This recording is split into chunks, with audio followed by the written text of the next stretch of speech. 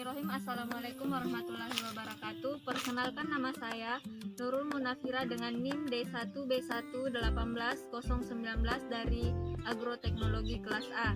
Saya sekarang sedang berada di subsection penelitian tanaman kakao.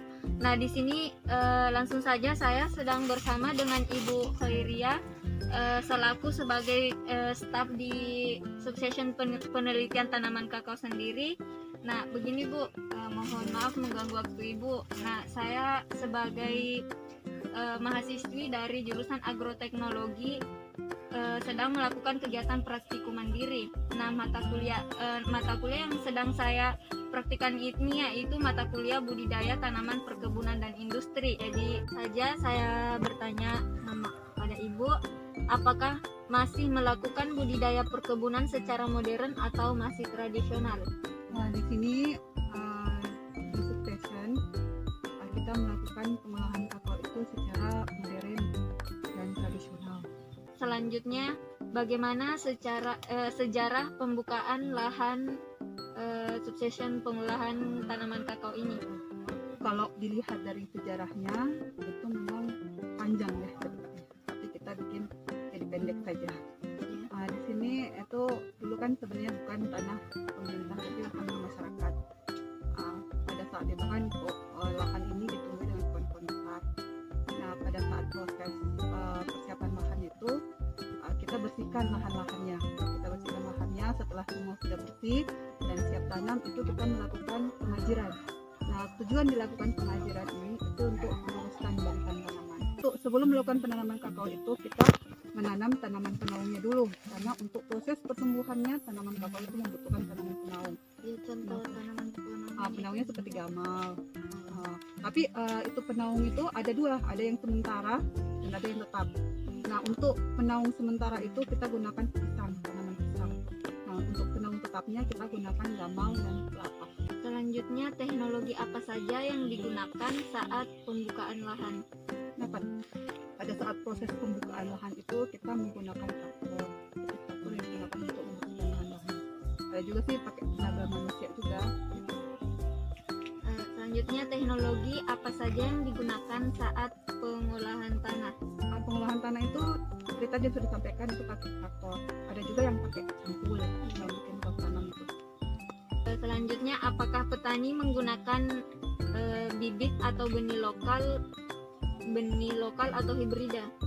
Kalau untuk di sini itu kita pakai dua, yang lokal sama hibrida.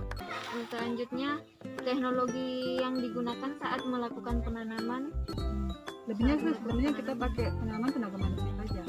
Jadi kalau pembuatan lubang tanamnya itu yang pakai traktor, tapi kalau yang menanamnya itu langsung tenaga manusia yang menanam tanaman kakao itu.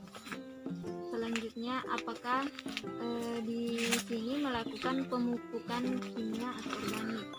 Kalau di sini itu kita menggunakan pemupukan kimia dengan organik. Untuk pupuk kimianya itu kita menggunakan pupuk NPK dengan dosis 560 gram per pohon per semester. Sebenarnya berdasar rekomendasi itu cuma 300 gram per pohon, tapi karena di sini tanahnya miskin hara, jadi berdasar hasil dari analisis tanah itu kita direkomendasikan untuk menggunakan 560 gram per pohon per semester. Selanjutnya, teknologi apa saja yang digunakan saat pengendalian organisme penyakit tanaman kakao tersebut?